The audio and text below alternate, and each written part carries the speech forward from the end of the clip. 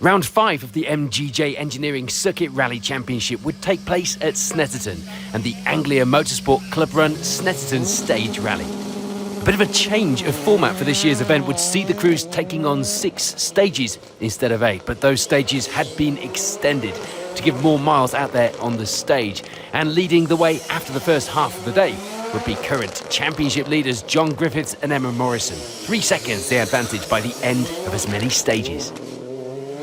Our reigning champions in that orange Fiesta R5 hadn't been in the lead for long though. That belonged to Michael Igoe and Will Atkins, who led the rally from the start. It was only on stage 3 that the pair dropped down into second place. They were still only a couple of seconds apart though. It was going to be a close fight going into the afternoon very clearly. One person missing from that battle as things stood would be Patrick O'Donovan, with Jack Morton alongside. They'd unfortunately pick up another penalty for hitting a chicane in the early stages, dropping them right down the order, having to play catch-up for the rest of the day. Third place, though, at this stage would be a returning Chris West and Steve Cox in that glorious-sounding wide-arched Peugeot 306 Maxi. After not competing in the championship for a while, don't forget, Chris is a former champion here in the Circuit Rally Championship. They were back. Not registered, as this wasn't a full campaign just yet, but great to see them back out and mixing with the top of the results once again.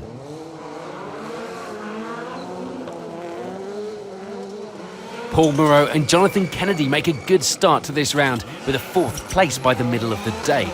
They were just breathing down the neck of the Peugeot pair as well, just 7 seconds the difference for the pair.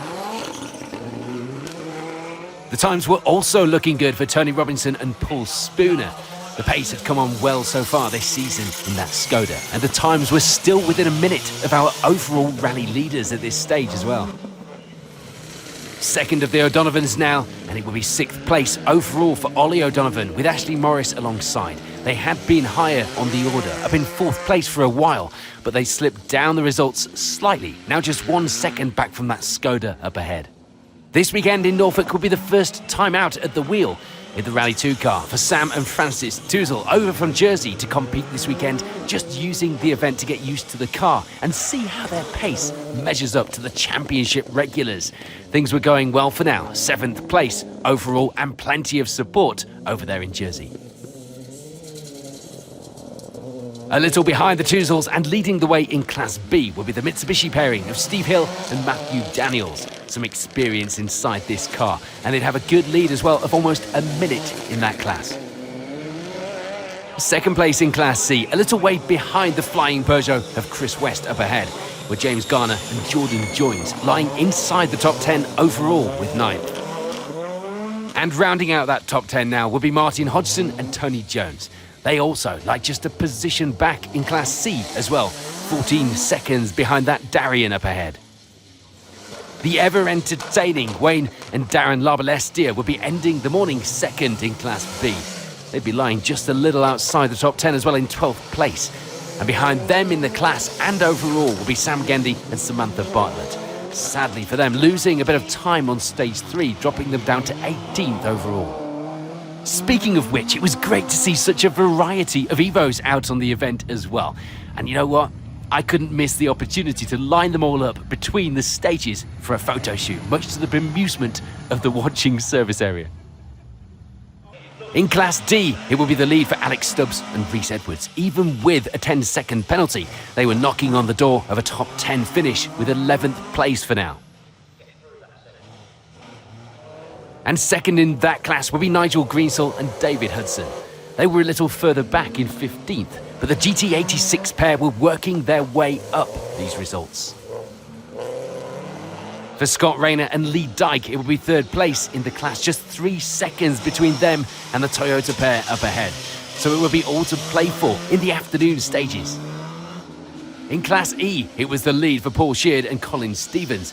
The MX-5 pair with a good overall position of 14th as well after 3 stages. Joseph and Daniel Duffy in that distinctive looking Lotus Elise.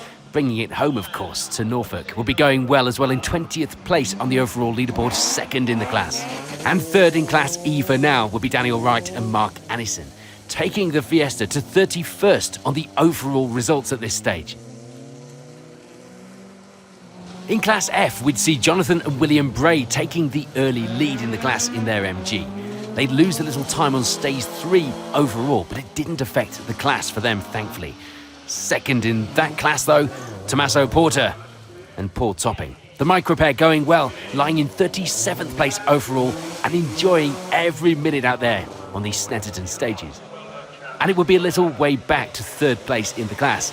Robert Barnett and Andrew Napier, the Citroën C1 crew, in 46th place overall for now. Our crew's then loving the longer stage layouts here at the Snetterton Stages Rally. The morning is complete and the leaderboard at the top is shaping up like this.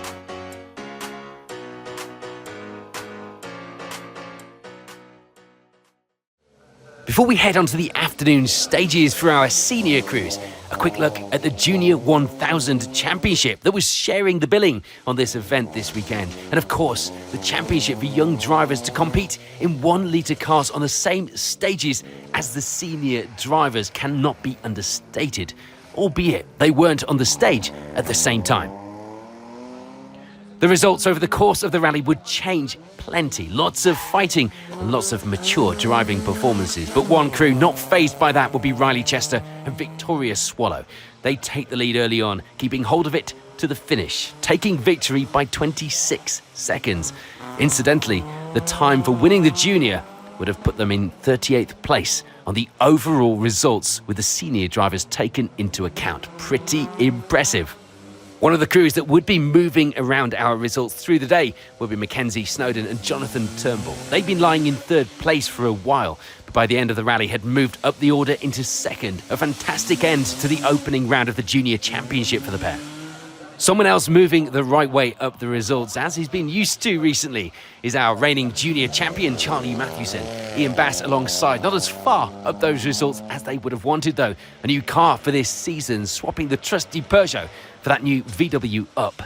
But it was taking a bit of getting used to for the Matthewson's Auctions pair. They do manage a good podium finish after a bit of a battle on the stages though, nonetheless. There's frustration though for George Feneloteo and Izzy Holman. It would be a move in the wrong direction. They started the day off with second place, but would, unfortunately for them, drop down the results through the afternoon to end the event with a pretty respectable, it has to be said, fourth place. And rounding out the top of our results will be Josh Slaughter and Andy Walshaw. They end the rally 5th place overall. The Citroën pair a little way off the crews, ahead though by the finish. On to the afternoon stages then, and the weather had for once been kind to us, hadn't it, here in the Circuit Rally Championship. A look at how the classes were decided. And there wouldn't be much change from the morning for most. Robert Barnett and Andrew Napier rounding out the podium positions in Class F. No change either for Tommaso Porter and Paul Topping. They keep a good pace through to the end of the rally with second in Class F, 36th overall. But taking victory in the class will be Jonathan and William Bray, holding on to that lead by the end of the event and taking that MG to 28th on the overall results as well. In Class E, there'd be some change as well. We lose Paul Sheard from the class fight, meaning that it would be a third place finish for Nigel and Tia Booley in that class, as well as 35th overall. That also means some changes in the rest of our results, with Daniel Wright and Mark Annison gaining a position to end the rally with second in Class E this weekend. But for Joseph and Daniel Duffy, it will be the class victory. Not the way they would have wanted to take the win, but they were there to pick up the pieces and put a good drive in to take victory.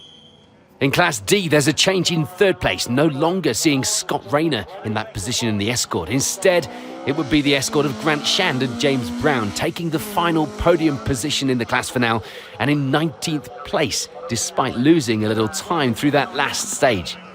No change in the rest of our positions, though, in the class. Nigel Greensole and David Hudson holding on to that second place right to the finish here at Snetterton. And that, of course, means it's the class victory for Alex Stubbs and Rhys Edwards. First place in Class D, as well as 11th place overall. In Class B, nothing would change for our Battle of the Evos. Sam Gendy and Samantha Bartlett taking that third spot with them to the finish of the rally. Wayne and Darren Labalestia were still putting on a show for the crowds. And you know what? It was still fast as well despite this, ending the event second in the class, 13th overall, and proving for once and for all that Sideways really can be fast. Before we look at the Class B winners, it's on to the top 10 overall. And moving up into those positions through the afternoon will be Alistair Stables and Neil Jones in the Chevette, rounding out the top 10.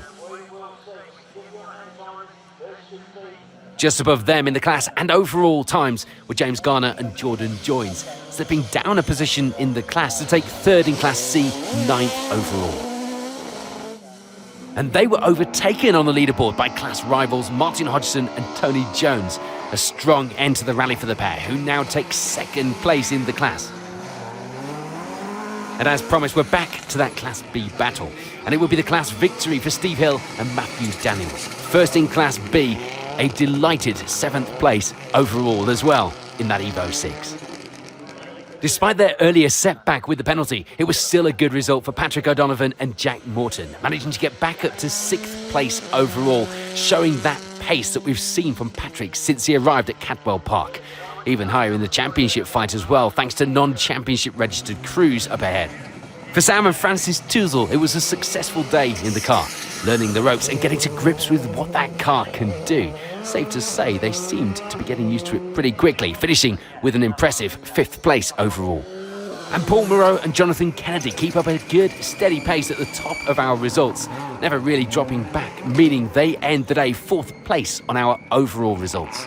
We're on to the podium positions then, and they were hard fought here in Norfolk. It would be 3rd place for Chris West and Steve Cox, showing that themselves and the car still had good pace. They finished just 10 seconds back from 2nd as well. Maxi is back. And in that 2nd place will be John Griffiths and Emma Morrison. Although it hadn't been an easy day, that was fair to say. A penalty for a miscalculation of the times and a very rare mistake from Emma was putting them back by a minute. But it didn't affect their position that they were finishing in anyway. There was also a small scare with the pit wall that could easily have ended their rally as well. Remarkable that they got away with it, but they did. And they got to the finish with that all-important 2nd place with their eyes on the championship at this stage in the season. But what all of that means is that it is victory for Michael Igo and Will Atkins. Without the penalty for Griffiths and Morrison, it would still have been a 23-second win. A great end to the 5th round, a step closer to that fight for the championship as well for all of these crews as we go into the last part of the season. So before we leave you, here's a quick look at how those final overall results were decided here at Snetterton in round 5 of the MGJ Engineering Circuit Rally Championship.